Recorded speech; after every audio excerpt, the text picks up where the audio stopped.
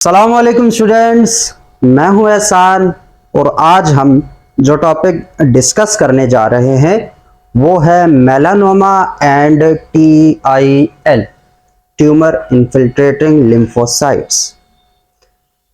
First year की book में ना इम्यूनिटी में एक डब्बा सा बनाया हुआ है और पूरे समंदर को जो है ना एक कूजे में भरने की कोशिश की गई है। मतलब बहुत बड़ा ही एक टॉपिक है जिस पे अलग से चैप्टर होना चाहिए। उस टॉपिक को एक बॉक्स में सिर्फ इंफॉर्मेशन देने के लिए बताया गया। तो हम भी किसी चीज के ज्यादा डीप में नहीं जाएंगे, बस उस इंफॉर्मेशन के आगे पीछे फिरेंगे और उसको सीखने की कोशिश करेंगे, ताकि फिर जब बड़े लेवल पे जाएंगे, यूनिवर्सिटी लेवल पे जाएंगे, तो फिर उन चीजों को समझना हमारे लिए मुश्किल ना हो। तो टॉपिक जो है वो क्या है कि मेलानोमा, ये पहले समझना है कि व्हाट इज मेलानोमा, और फिर हमने समझना है कि TIL यानी ट्यूमर इन्फिल्ट्रेटिंग लिम्फोसाइट्स, जो इम्यून सेल्स हैं, उनका इनसे क्या लेना देना। ठीक है, सबसे पहले मेलानोमा, या इसका पूरा नाम होता है मैलिग्नेंट मेलानोमा। क्या है? Malignant melanoma. अब मैलिग्नेंट भी मैं लिख देता हूं यहां पे, मैलिग्नेंट मेलानोमा। नाम पहले मैलिग्नेंट के साथ जो ऑपोजिट आता है वो बेनाइन है। मैलिग्नेंट जालिम, फैलने वाला, बेनाइन रहम दिल, जो ज्यादा नुकसान नहीं पहुंचाता। तो मैलिग्नेंट, अब देखो cancer, melanoma is a cancer, basically इसको ये कैंसर है। तो मैलिग्नेंट क्या होगा? जो कि फैल रहा होता है पूरी बॉडी में। बेनाइन ट्यूमर जिस तरह होते हैं कि वो किसी एक ही जगह पे फोड़ा बन के निकल आते हैं और उससे आगे उनकी मेटास्टेसिस नहीं होती, वो फैलते नहीं। जबकि मैलिग्नेंट अगर एक जगह हो जाए तो वो पूरी बॉडी में फैलने की कोशिश करता है। तो मेलानोमा जो है वो वैसे ही मैलिग्नेंट होता है, तो अगर उसके साथ मैलिग्नेंट ना भी लिखा जाए तब भी मेलानोमा मैलिग्नेंट ही रहता है, बेनाइन मेलानोमा नहीं होता। और मेलानोमा क्या है? मेलानोमा को अगर हम देखें तो यहां पे जो वर्ड है मेलन, क्या है? मेलन, ये इससे रिलेटेड नाम कहां पे सुना था? इसी चैप्टर में, इम्यूनिटी के चैप्टर में, इसी से रिलेटेड हमने नाम सुना था जब हम बात कर रहे थे ना स्किन की। किसकी बात कर रहे थे? स्किन की। तो स्किन की सबसे आउटर मोस्ट लेयर थी एपिडर्मिस। क्या थी? एपिडर्मिस। और उससे नीचे काफी इंपॉर्टेंट लेयर थी जिसको हम कहते थे डर्मस। क्या थे हमारे पास? है डर्मस। एपिडर्मिस और डर्मस। एपिडर्मिस में ज्यादातर हमारे पास थे केराटिनोसाइट्स, लेकिन उस एपिडर्मिस की भी निचली लेयर में, मतलब ये जो डर्मिस के करीब है, डर्मिस के करीब जो यहाँ पे रीजन था, यहाँ पे निचली साइड पे, यहाँ पे और यहाँ पे जो रीजन था, इस रीजन में एक खास किस्म के सेल्स थे। उन सेल्स का नाम क्या था? उन खास किस्म के सेल्स का नाम क्या था? मेलानोसाइट्स। क्या था? मेलानोसाइट्स। अब याद आया? एपिडर्मिस में कुछ खास किस्म के सेल्स है, हमारे स्किन में कुछ खास किस्म के सेल्स होते हैं जिनको बोलते हैं मेलानोसाइट्स। और ये मेलानोसाइट्स एक पिगमेंट रिलीज करते हैं जिसको बोलते हैं मेलानिन। क्या बोलते हैं? मेलानिन। मेलानोसाइट्स हमारे स्किन के एपिडर्मिस और डर्मिस के बीच में पड़े हुए खास किस्म के सेल्स हैं, और उन सेल्स का काम क्या होता है? एक पिगमेंट रिलीज करना जिसको हम मेलानिन बोलते हैं। क्या बोलते हैं? मेलानिन। और मेलानिन का काम क्या था? मेलानिन हमारे जो स्किन कलर है, कि अगर ये मेलानोसाइट्स ज्यादा मेलानिन करेंगे, सीक्रेट करेंगे, तो हमारी स्किन डार्क होगी, या आम लफ्जों में काला या गंदमी। अगर वो कम मेलानिन रिलीज करेंगे तो हमारी स्किन फेयर होगी, गोरा चिट्टा होगा।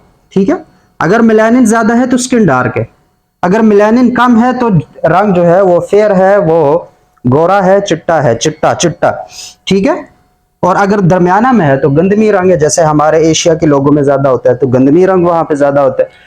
तो ये मेलानोसाइट्स हैं जो मेलानिन हमारे पास से बना रहे थे। तो इसी मेलानोसाइट्स में कुछ गड़बड़ होती है और उससे कैंसर हो जाता है, जिसको हम मेलानोमा बोलते हैं। क्या बोलते हैं? मेलानोमा। तो मेलानोसाइट्स में होने वाला cancer is called melanoma and it is the most dangerous. क्या है? Most dangerous form of skin cancer. Skin cancer का तो नाम सुना होगा ना। स्किन कैंसर और भी कई तरीके से, लेकिन सबसे जो मोस्ट इंपॉर्टेंट हमारे पास स्किन कैंसर जो मोस्ट डेंजरस है वो क्या है हमारे पास, मेलानोमा।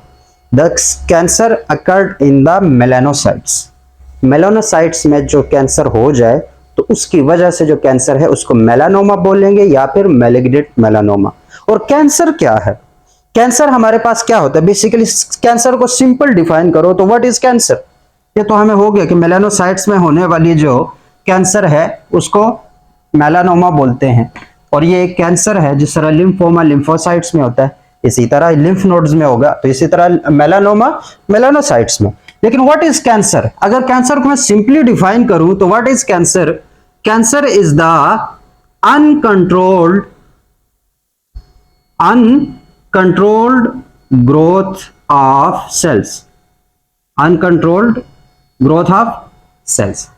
जब सेल्स की ग्रोथ, सेल्स की मल्टीप्लिकेशन, सेल्स की माइटोसिस कंट्रोल में ना रहे, क्या ना रहे, हमारे कंट्रोल में ना रहे कि कब किस सेल ने कब हमारे पास डिवाइड करना है और कितना डिवाइड करना है, अगर ये चीज हमारे कंट्रोल में ना रहे तो उस कंडीशन को हम बोलेंगे cancer. The uncontrolled growth of cells is called, या uncontrolled cell division of cells is called क्या, कैंसर। तो यहां पर मेलानोमा में बेसिकली क्या होगा कि हमारे जो मेलानोसाइट्स हैं, इन मेलानोसाइट्स में कुछ ऐसे किस्म की म्यूटेशन हो जाएगी, ऐसे किस्म के मसले पैदा हो जाएंगे कि उसके बाद उन मेलानोसाइट्स की जो है वो डिवीजन जो है वो कंट्रोल नहीं रहती। वो मेलानोसाइट्स बढ़ते जाते हैं और वो काम वाले होते ही नहीं है, बस अपने साइज में कह रहा हूं, अपने नंबर में इंक्रीज कर रहे हैं और इस तरीके से फोड़ा जो है वो बनता चला जाता है, एक ट्यूमर जो है वो बनता चला जाता है। और इस कंडीशन को हम कहेंगे मैलिग्नेंट मेलानोमा। क्या बोलेंगे इसको, मैलिग्नेंट मेलानोमा या skin cancer of the lymphocytes, skin cancer of the melanocytes, skin cancer of the melanocytes. अब कैंसर हो रहा है तो कैंसर हमेशा लाजमी बात है कहीं किसी न किसी म्यूटेशन की वजह से होगा। हमारे जेनेटिक्स में, हमारे जीन्स में जब किसी तरीके का म्यूटेशन हो जाए, चाहे वो म्यूटेशन फैमिली में रन कर रहा हो उस वजह से या फिर पहली बार म्यूटेशन हो गई हो उस वजह से, लेकिन जब हमारे जीन्स में म्यूटेशन हो जाए, हमारे जीन्स की सीक्वेंस चेंज हो जाए, तो उस चेंजिंग की वजह से, उस नेगेटिव म्यूटेशन की वजह से कैंसर डेवलप हो सकता है। और यहां पर भी कैंसर है तो यहां पर भी अगर इसकी काज की बात करें तो वो हमारे पास म्यूटेशन ही है। लेकिन वो म्यूटेशन किस वजह से है, वो म्यूटेशन हमारे पास क्या है, हमारे पास मैलिग्नेंट मेलानोमा एक कैंसर है मेलानोसाइट्स का, जिसमें जो मेलानोसाइट्स हैं उसकी ग्रोथ कंट्रोल में नहीं रहती और हमारे स्किन पे जगह जगह पे फोड़े निकलना शुरू हो जाते हैं, ट्यूमर्स बनना शुरू हो जाते हैं। मर्दों की अगर बात करें तो मर्दों में ज्यादातर ये सीने पे, चेस्ट पे और बैक पे बहुत ज्यादा ये हमारे पास वहां पे जाहिर होते हैं जो ट्यूमर्स हैं, मतलब वहां पे ट्यूमर्स बनना शुरू होते हैं। औरतों में ज्यादातर ये लेग्स में और थाइज में इनका ज्यादा हमारे पास देखा गया है कि औरतों के लेग्स और थाइज में ट्यूमर्स के बनने के चांसेस ज्यादा हो जाते हैं। इसके अलावा चेहरे पर भी और नेक मतलब गर्दन पर भी हमारे पास चांसेस होते हैं इस ट्यूमर्स के बनने के, मेलानोमल ट्यूमर्स के बनने के चांसेस होते हैं। इस तरह हमारे पास जो जेनिटल एरियाज हैं वहां पर भी ये चांसेस हैं कि वहां पे ट्यूमर बन सके। तो इसका मतलब कि पूरे स्किन में चांसेस होते हैं कि कहीं पर आपका ये ट्यूमर जो है वो निकल आए फोड़ा और ये फिर फैलता चला जाए और फैलेगा भी ये दो तरीकों से, मतलब ये बिलफर्ज आपका सीना है, ठीक है, और यहां पे एक ट्यूमर बना है स्किन के ऊपर, क्या बना है, ट्यूमर बना है। तो अब ये ट्यूमर जो है या तो हॉरिजॉन्टली ऐसे फैलेगा, ठीक है, मतलब ऐसे चलता जाएगा, या फिर ये ट्यूमर वर्टिकली ऐसे फैलेगा, मतलब ये ट्यूमर था और ये अब ऐसे फैलना शुरू हो जाता है। दोनों तरीके से हो सकते हैं, इसको प्रोग्नोसिस बोलते हैं। तो ये ट्यूमर बन जाता है, फिर यहां से ये अगर ब्लड में हो जाए कहीं और बन जाएगा, फिर कहीं और बन जाएगा, फिर कहीं और बन जाएगा, कभी आर्म्स में बन जाएगा, कभी लेग्स में बन जाएगा, जहां पर भी, लेकिन ये ट्यूमर बनते चले जाते हैं और इस तरीके से हमारे स्किन में हो जाता है कैंसर। क्या हो जाता है, कैंसर। अब अगर इस कैंसर को इसके काज की तरफ अगर हम आए कि किस वजह से ये होता है, तो काज की तरफ आए। काज मैंने क्या, अगर कैंसर है तो लाजमी बात है कोई ना कोई जेनेटिक म्यूटेशन है, इस वजह से कैंसर होता है, कोई ना कोई जेनेटिक म्यूटेशन है। लेकिन यहाँ पे वो जेनेटिक म्यूटेशन किस वजह से हो रही है वो ज्यादा इंपॉर्टेंट है, और वो है हमारे पास अल्ट्रावायलेट रेडिएशंस। अल्ट्रावायलेट रेडिएशन, ये जो यूवी रेडिएशंस होती हैं, अल्ट्रावायलेट रेडिएशंस होती हैं, इनमें एक खासियत होती है कि ये हमारे स्किन के आर पार हो जाती है, हमारे बॉडी के आर पार चली जाती है। तो जब ये हमारे बॉडी में घुसती हैं और दूसरी तरफ से निकलती हैं तो बीच में इसके जो भी आता है वहां पे पॉसिबिलिटी होती है कि वो डीएनए को डैमेज कर सके। डीएनए को क्या करे? डैमेज कर सके। तो काज क्या बनेगा? यूवी रेडिएशन बनेंगे विच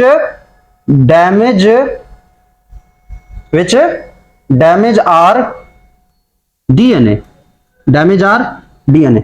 हमारे डीएनए को डैमेज कर देती हैं यूवी रेडिएशंस। अल्ट्रावायलेट जो रेडिएशंस हैं, क्योंकि इनका वेवलेंथ बहुत हमारे पास कम होती है, एनर्जी बहुत ज्यादा होती है, तो ये हमारे बॉडी के आर पार जा सकती हैं। और वो जाने की वजह से जो अगर बीच में कहीं पे डीएनए वगैरह आ जाए तो ज्यादा चांसेस होते हैं कि वो डीएनए में कुछ सीक्वेंसेस को चेंज कर दे, कुछ न्यूक्लियोटाइड्स को चेंज कर दे, हो सकता है किसी चीज को डिलीट कर दे या किसी चीज को ऐड कर दे। ये सारे जो पॉसिबिलिटीज है वो हो सकती है, लेकिन उसकी वजह से क्या है, हमारे डीएनए में म्यूटेशन आ जाती है। हमारे सीक्वेंस है बिलफर्स, ये एक सीक्वेंस है, adenine guanine, guanine cytosine, adenine thymine cytosine, guanine guanine thymine cytosine. इस तरीके से हमारे पास एक सीक्वेंस है। तो ये यूवी रेडिएशंस क्या कर देते हैं कि ये यूवी रेडिएशंस आते हैं और बिलफर्ज यहां से टी को डिलीट कर देते हैं। Mutation, deleted mutation. जब टी को डिलीट कर देंगे तो ये पूरा जो कोडान था, अब ये कोडान क्या है, किसी अमीनो एसिड को क्या करेगा, किसी अमीनो एसिड को इसने आगे ट्रांसलेट करवाना था, तो वो अमीनो एसिड नहीं बनेगा। जब वो अमीनो एसिड नहीं बनेगा तो हमारे जो चीज है, जो भी इस डीएनए से, इस जीन से जो कुछ बन रहा था, अब वो चीज फंक्शनल नहीं होगी। तो इसकी वजह से फिर हमारे जो बॉडी में कैंसर डेवलप हो जाता है। ठीक है, ज्यादा किसी चीज के डीप में नहीं जा रहे। अब ये यूवी रेडिएशंस आती कहां से? ठीक है, यूवी, अभी काज हमने क्या डिफाइन किया कि काज हमें पता है कि यूवी रेडिएशंस जो होती है, चाहे वो अल्ट्रावायलेट ए हो या अल्ट्रावायलेट बी हो, दोनों ये यूवी रेडिएशंस जो है वो हमारे डीएनए को डैमेज कर देती है। क्या कर देती है? डैमेज कर देती हैं। और ये जो डैमेज डीएनए है ये दोबारा से रिपेयर नहीं हो सक पाता, हालांकि हमारे बॉडी के अंदर मशीनरी है जो कि इस डीएनए, डैमेज डीएनए को रिपेयर करती है। लेकिन अगर किसी वजह से वो रिपेयर ना हो पाए तो उस डैमेज डीएनए की वजह से फिर कैंसर हो जाता है। तो अब ये यूवी रेडिएशंस कहां से आती है? मेन सोर्सेज इसकी यूवी रेडिएशन की क्या है? सनलाइट। क्या है हमारे पास? सनलाइट। ये जो सूरज की रोशनी है, जब बहुत ज्यादा गर्मी हो या ओजोन लेयर तबाह हो रही है हमारी, क्योंकि ओजोन का काम है यूवी रेडिएशंस को कैप्चर करना, वो यूवी रेडिएशन जमीन पे आती हैं और जब बहुत ज्यादा इंसान धूप में फिर रहा होता है तो उसमें ये ज्यादा पॉसिबिलिटी हो जाती है कि उसको अल्ट्रावायलेट रेडिएशंस का खतरा होता है, उसको स्किन कैंसर का खतरा होता है, ज्यादा सनलाइट। ठीक है, इसके अलावा एक और है टेनिंग बेड्स। क्या हमारे पास? Tending beds. पागलों का काम है, कोई एशियन लोगों से पूछे या अफ्रीकन लोगों से पूछे, उन्होंने जिंदगी में भी टेनिंग बेड डिवाइस के अंदर नहीं बैठना। टेनिंग बेड क्या है? टेनिंग बेड हमारे पास एक किस्म का डिवाइस होता है जिसमें अल्ट्रावायलेट रेडिएशंस होती हैं। और लोग पता है इसमें क्यों बैठते हैं? गोरे लोग वो इसमें इसलिए लेटते हैं इन बेड्स में ताकि वो थोड़े से काले हो जाएं। वो क्या हो जाए? थोड़ा सा टेन हो जाए, उनका रंग थोड़ा सा टेन हो जाए। इसके लिए वो टेनिंग बेड्स का इस्तेमाल करते हैं। तो उसकी वजह से भी चांसेस होते हैं अल्ट्रावायलेट रेडिएशंस की वजह से स्किन कैंसर के। ठीक है, और ये स्किन कैंसर वैसे भी यूरोप में और अमेरिका में और ऑस्ट्रेलिया में, जहाँ पे गोरे गोरे लोग ज्यादा हैं, वहां पे ये मेलानोमा जो है वो ज्यादा होता है। एशिया हो गया, अफ्रीका हो गया, ये जो कंट्रीज हो गई, इनमें हमारे पास ये जो लैटिन अमेरिका जैसे हो गए, तो उनमें फिर स्किन कैंसर के जो है वो चांसेस भी थोड़े कम होते हैं, क्योंकि उनमें मेलानिन पिगमेंट जो है वैसे ही ज्यादा होता है, मेलानोसाइट्स। तो अगर ये मेलानिन जिन में कम है तो रिसर्च में देखा गया कि जिनके मेलानिन पिगमेंट कम है उनमें ज्यादा पॉसिबिलिटी है स्किन कैंसर की। तो स्किन कैंसर कैसे, किस वजह से हो रहा है? मेलानोमा किस वजह से हो रहा है? यूवी रेडिएशंस की वजह से, जो कि हमारे डीएनए को डैमेज कर देते हैं। और यूवी रेडिएशन का सोर्स क्या है? वो एक सनलाइट हो सकती है, बहुत ज्यादा गर्मी, या फिर जो गर्मी है हमारे पास जो सनलाइट है उसमें बहुत ज्यादा बैठना। दूसरा हमारे पास टेनिंग बेड डिवाइसेस हैं, उसकी वजह से भी हो सकता है, उसकी वजह से भी हो सकता है। अब थोड़ा सा जो हम ये काज है, ये बुक में नहीं लिखा हुआ, लेकिन कैसे हमारे पास ये जो डीएनए डैमेज है और उसकी वजह से कैंसर कैसे हो जाता है, उसको थोड़ा सा एक एग्जांपल लेकर हम समझने जा रहे हैं। ठीक हो गया। और एग्जांपल क्या है, हमने बात की कि जब हमारे पास सेल ग्रोथ अनकंट्रोल हो जाए मेलानोसाइट्स की। बिलफर्ज ये एक सेल है, क्या हमारे पास ये एक सेल है जिसका ये एक डीएनए है, इसके अंदर क्या हमारे पास है, डीएनए है, और ये बिलफर्ज इसके क्रोमोसोम है, क्रोमोसोम नंबर 9। क्या हमारे पास है, क्रोमोसोम नंबर 9। अब इस क्रोमोसोम नंबर 9 पे एक जीन होता है जिसका नाम है CDK। क्या हमारे पास, CDK। अगर पूरा नाम लिखूं तो cyclin dependent kinase gene, CDK gene है हमारे पास। ठीक है।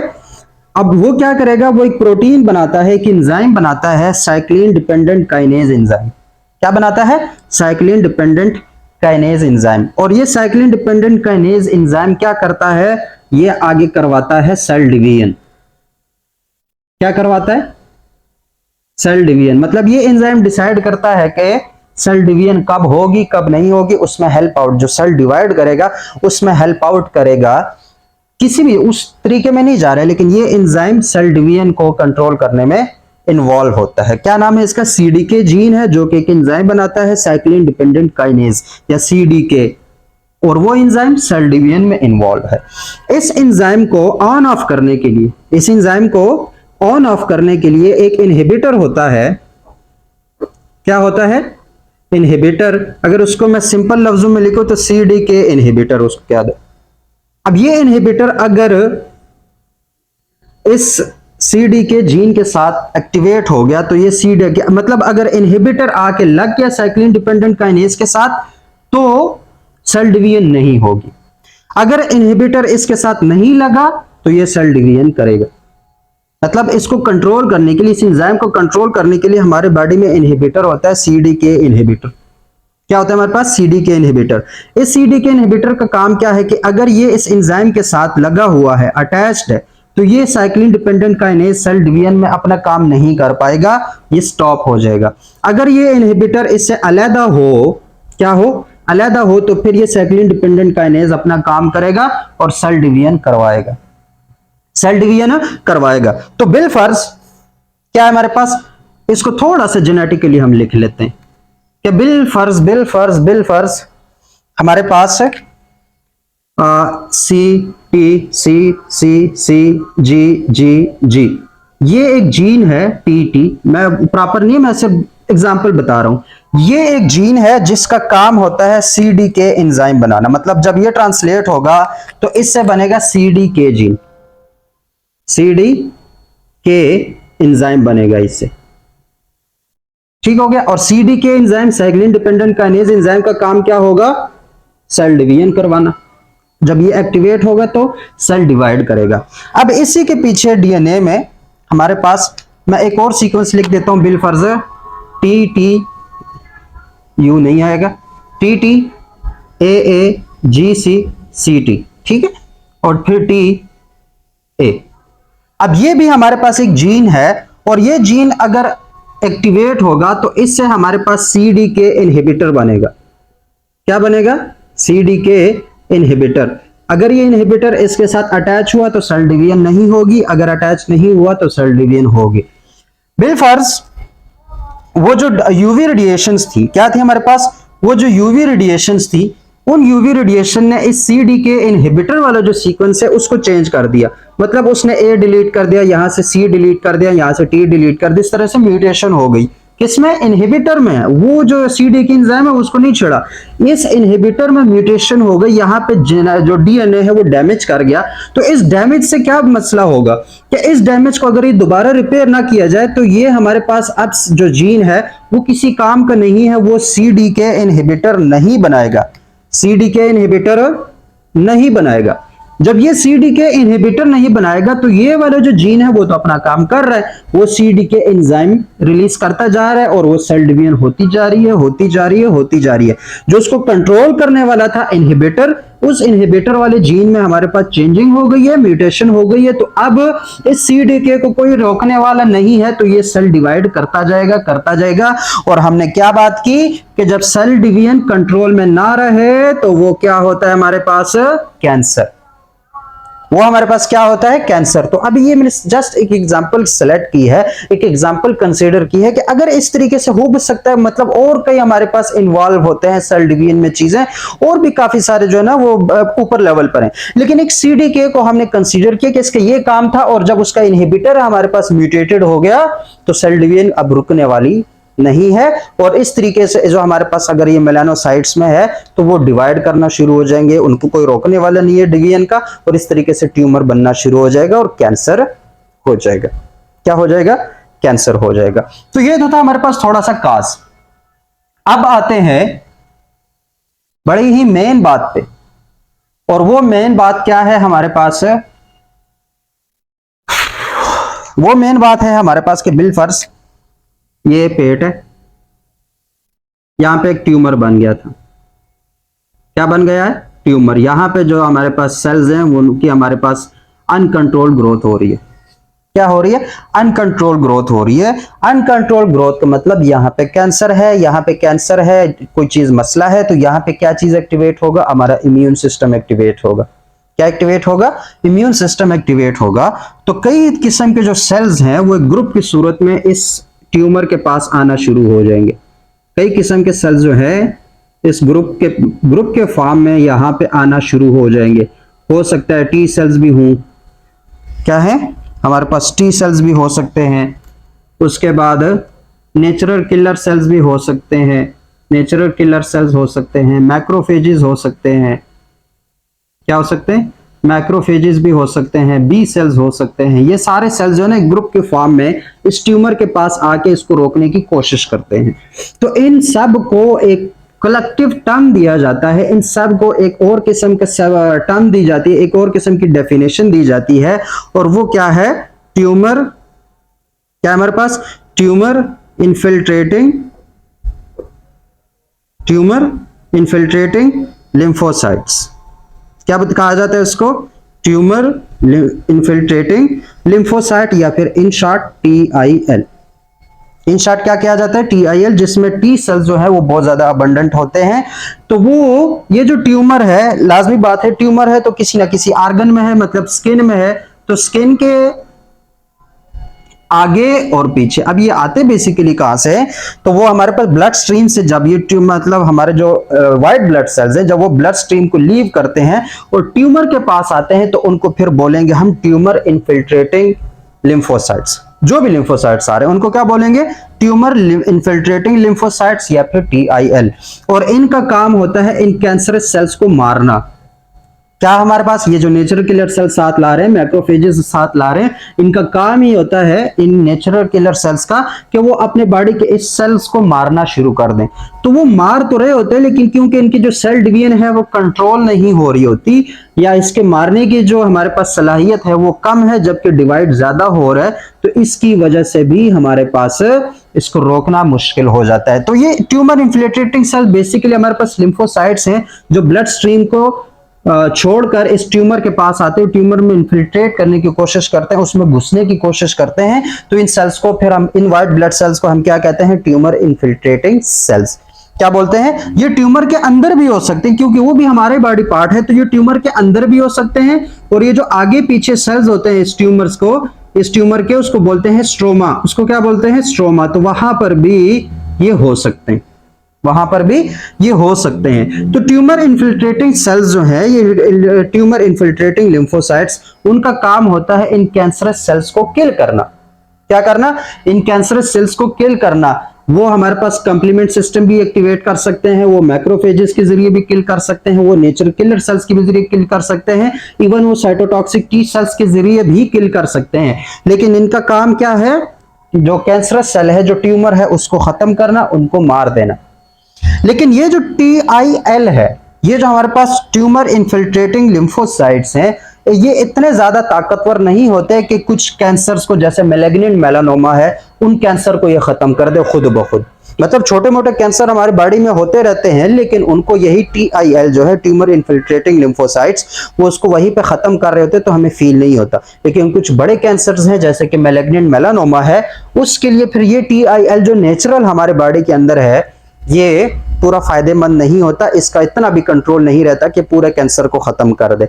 तो अब साइंटिस्ट लोग क्या करते हैं, या जो डॉक्टर लोग हैं वो क्या करते हैं कि वो पेशेंट से TIL निकालते हैं। मतलब ये एक पेशेंट है, ये क्या है हमारे पास, एक पेशेंट है, बड़ा सैड सा है। सैड सा कैसे बनता है, ऐसे रो भी रहा है क्योंकि इसको मैलिग्नेंट मेलानोमा है। और इस पेशेंट के ब्लड से जो हमारे पास डॉक्टर लोग हैं, साइंटिस्ट लोग हैं, वो ट्यूमर इन्फिल्ट्रेटिंग जो लिम्फोसाइट्स हैं वो एक्सट्रैक्ट करते हैं। क्या करते हैं, एक्सट्रैक्ट करते हैं। एक्सट्रैक्ट करने के बाद ये जो ट्यूमर इन्फिल्ट्रेटिंग लिम्फोसाइट्स हैं, उनके लिए बायोटेक्नोलॉजिस्ट क्या करते हैं, हमारे पास इनकी इंजीनियरिंग होती है, इनकी इंजीनियरिंग होती है, या जो भी इसकी स्पेलिंग है, जीन इंजीनियरिंग जिसको बोलेंगे, कि ये जो हमारे पास ट्यूमर इन्फिल्ट्रेटिंग लिम्फोसाइट जीन्स हैं, उनको निकाल के उनकी थोड़ी बहुत इंजीनियरिंग करेंगे, या TILs को एक्सट्रैक्ट करके उनके जीन्स में क्या डालेंगे, एक जीन डालेंगे, जीन ऑफ इंटरेस्ट जिसको बोलते हैं। हम किसी चीज के डीप में नहीं जा रहे हैं। TIL निकाले, उस TIL में, उसके न्यूक्लियस में, उनके क्रोमोसोम में एक जीन डाल देते हैं ट्यूमर नेक्रोसिस फैक्टर के नाम से। कौन सा जीन डालते हैं, ट्यूमर नेक्रोसिस फैक्टर, जो कि ट्यूमर को प्रॉपरली खत्म करेगा। ट्यूमर नेक्रोसिस फैक्टर ये एक प्रोटीन है, ये जब ट्रांसलेट होता है तो ये एक प्रोटीन बनाता है। और ये प्रोटीन करती क्या है, ये प्रोटीन कैंसरस सेल्स को मारती है। इस प्रोटीन का काम क्या है, ट्यूमर नेक्रोसिस फैक्टर प्रोटीन का काम क्या होगा, वो इस कैंसरस सेल्स को मारेगी। और कैसे मारेगी कि अगर ये सेल डिवाइड कर गया, बिलफर्ज ये दो सेल्स थे, इन्होंने डिवाइड किया ऐसे, तो इनको ब्लड की जरूरत होती है अपने आप को ग्रो करने के लिए। तो ये प्रोटीन ये ब्लड सप्लाई रोक देती है। ये प्रोटीन क्या करती है, इन कैंसरस सेल्स को जो ब्लड की सप्लाई है, वो जो न्यूट्रिएंट्स की सप्लाई है, वो रोक देती है। और जब उस सेल्स को न्यूट्रिएंट्स नहीं मिलते तो उनमें डिवीजन की कैपेसिटी खत्म होती है थोड़ी बहुत, और वो मर जाते हैं, और इस तरीके से कैंसर खत्म किया जा सकता है। लेकिन ये ट्यूमर नेक्रोसिस फैक्टर जो है, इसको डाल दिया जाता है जो हमारे पास ट्यूमर इन्फिल्ट्रेटिंग लिम्फोसाइट्स के जो हमारे पास जेनेटिक्स है, जो जीन्स है, उसके साथ एक जीन्स ऐड की जाती है जेनेटिक इंजीनियरिंग करके, ट्यूमर नेक्रोसिस फैक्टर, जिसने आगे प्रोटीन बनाना होता है। ठीक है, तो जब इस TIL में हम ट्यूमर नेक्रोसिस फैक्टर डाल देते हैं तो ये थोड़ा सा मॉडिफाइड होता है, या इसको इंजीनियर्ड TIL आप कहेंगे, या मॉडिफाइड TIL कहेंगे। कि हमारे पास TIL होगा ऐसे, उसमें हमारे पास है उसका अपना भी जीन है, अपने भी जीन्स हैं, और उसके साथ हमने जो TNF का जीन है वो भी अटैच कर दिए। तो जब ये पूरा अभी दोबारा बनेगा, ये जब पूरा सेल है, ये जेनेटिक इंजीनियरिंग हो गई है, तो जब ये जीन्स हमारे पास एक्टिवेट होंगे तो ये प्रोटीन्स बनाएंगे। तो उसके साथ हमारे पास TNF प्रोटीन जो है वो भी बनेगी, और TNF प्रोटीन, अब ये जो हमारे पास पूरा क्या है, जो मॉडिफाइड हमारे पास TIL है, इन मॉडिफाइड TIL को ग्रो किया जाता है और फिर उसको दोबारा पेशेंट में डाला जाता है। ये क्या है हमारे पास, मॉडिफाइड TIL। अब ये मॉडिफाइड TIL दोबारा इस पेशेंट में डाले जाते हैं, तो ये फिर दोबारा से ब्लड में डाल के ना, वो दोबारा से उसी साइट ऑफ कैंसर पे जाते हैं, और वहां पे देखते हैं कि ये कैंसर, अच्छा तो ये इस तरह का सीन है, तो वो इसके गिर्द जमा होना शुरू हो जाते हैं। इस तरह क्या होना शुरू हो जाते हैं, जमा होना शुरू हो जाते हैं। उसके बाद ये अपना काम करेंगे, इन्फिल्ट्रेट करेंगे, लेकिन अब ये अपने साथ हथियार लाए हैं in the form of TNF protein. तो इसकी वजह से अब इस कैंसर को मारना जो है वो ज्यादा इजी हो जाता है, और इस तरीके से हम कैंसर को क्योर कर सकते हैं। तो ये था हमारे पास link between tumour infiltrating lymphocytes and malignant melanoma. Hope so कि जो आप डब्बे में लिखा हुआ है उसको पढ़ोगे तो वो चीजें समझ आ जाएंगी कि इनके सारों का मतलब क्या है। तो इसी के साथ हमारा जो चैप्टर है उसमें जो कंसेप्चुअल चीजें हैं वो सारी एंड हो गई हैं। तो मिलते हैं इंशाल्लाह एक और लेक्चर में एक और टॉपिक के साथ। तब तक के लिए अपना ख्याल रखना और मुझे दुआओं में याद रखना। अल्लाह हाफिज।